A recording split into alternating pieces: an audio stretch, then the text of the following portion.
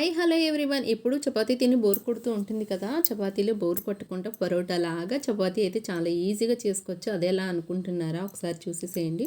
ఆట అయితే తీసుకున్నాను నేను. చక్కగా మెత్తగా అయితే ఆట అయితే చక్కగా పిసికేసుకొని వాటర్ వేసి అయితే కొద్దిగా సాల్ట్ వేసి ముద్ద మనం చపాతీ చేసుకుంటాం కదా, చపాతీకే కాబట్టి చపాతీ ముద్ద కలిపేసుకుందాం అనమాట. చపాతీ ముద్ద కలిపేసుకున్నాక వీడియో స్కిప్ చేయకుండా చూడండి. చాలా రోజులు బట్టి కోల్డ్ ఉండడం వల్ల వీడియోస్ ఏమి అప్లోడ్ చేయలేదు.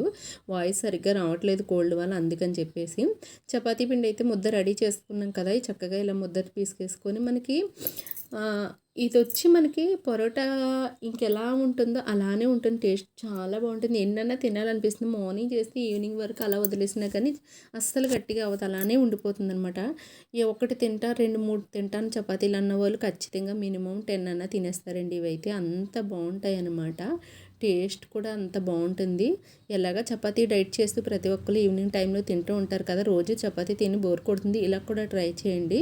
ఎంతో బాగుంటుందండి టేస్ట్ కూడా. మా పిల్లలకైతే చపాతీ చేసి అస్సలు తినరు, ఇలా చేస్తే చాలా ఇష్టం. ఎందుకంటే దీని మధ్యలో పొరల కింద మనకు పరోటాకి పొరలు ఎలా వస్తాయి అలాగే పొరల కింద వస్తుంది అనమాట.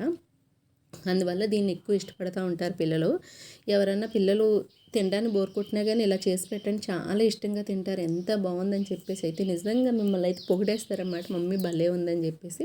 ఒకసారి ఇలా ట్రై చేయండి. నాకైతే నచ్చితే లైక్ చేసి షేర్ చేయడం మర్చిపోవద్దు. స్కిప్ చేయకుండా చూడండి. లైక్ మాత్రం చాలా ఇంపార్టెంట్. లైక్ ఇచ్చేసేయండి మర్చిపోకుండానా.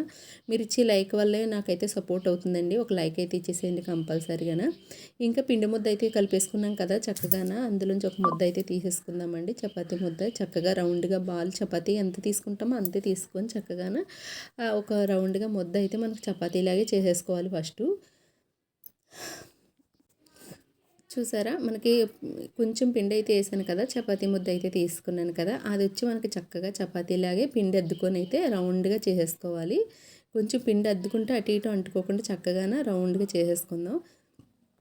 అసలు ఏంటంటే ఇది చపాతీ అయిపోయింది కదా, దీని మీద కొంచెం ఆయిల్ వేయాలన్నమాట. తక్కువ, ఎక్కువ అవసరం లేదని, జస్ట్ లైట్గా ఉందా లేదన్నట్టు ఆయిల్ వేసి మొత్తం చపాతీ మొత్తం అప్లై చేసి మళ్ళీ ఫోల్డ్ చేసి మళ్ళీ కొంచెం ఆయిల్ పెట్టి మళ్ళీ ఫోల్డ్ చేసేయండి ట్రయాంగిల్ లాగా. ఇప్పుడు ఇది 3 వైపులా కోణాలు ఉన్నాయి కదా, ట్రయాంగిల్కి 3 వైపుల కోణాలకి చక్కగా మనకి ఇలా రోల్ చేసేసారంటే ట్రయాంగిల్ చపాతీ అయిపోతుంది. కానీ ఇది వచ్చి పొరాటాలా ఉంటుందన్నమాట. టేస్ట్ సూపర్గా ఉంటుంది. ఇది పొరాటానా చపాతీనా ఏమీ తెలియదు అనమాట. 2 రకాలుగా అనుకోవాలి. టేస్టు అలానే ఉంటుంది. సూపర్ సింపుల్గా చేసుకోవచ్చు. పిల్లలకి పెద్దలకి ఎంతో ఇష్టపడి తింటారండి. రెగ్యులర్గా చపాతీ తినే వాళ్ళకైతే ఇంకా బాగా నచ్చుతుంది అనమాట. ఇలా ట్రై చేయండి తప్పకుండానా. పొరలుగా వస్తుంది. ఎన్ని చపాతీలన్నా తినాలనిపిస్తుంది. ఏ కర్రీ కన్నా చాలా స్మూత్గా కూడా ఉంటాయండి. చపాతీ కొంచెం అయిపోతే డ్రైగా అయిపోతుంది కదా, గట్టిగా అయిపోతుంది కదా కాసేపు ఉండే చపాతీ. బట్ ఇది మనం చేసి ఈవినింగ్ వరకు వదిలేసినా కానీ ఎలా చేసామో అలాగే స్మూత్గా ఉంటుందన్నమాట. అస్సలు డ్రై అవ్వదు, అలానే ఉంటుంది. నచ్చితే ఒక లైక్ చేసి షేర్ చేయండి. దీనికి వచ్చి కాంబినేషన్ ఏ కర్రీ అన్నా తీసుకోవచ్చు. నేనైతే బాబుకైతే కోడిగుడ్డు ఉక్కర అయితే తయారు చేశాను స్కూల్కి పెట్టాడని క్యారీస్కి. మీకు నచ్చితే ఏ కర్రీ తిన్నా కూడా బాగుంటుంది. ఎగ్, ఆలు ఏదైనా బాగుంటుందండి.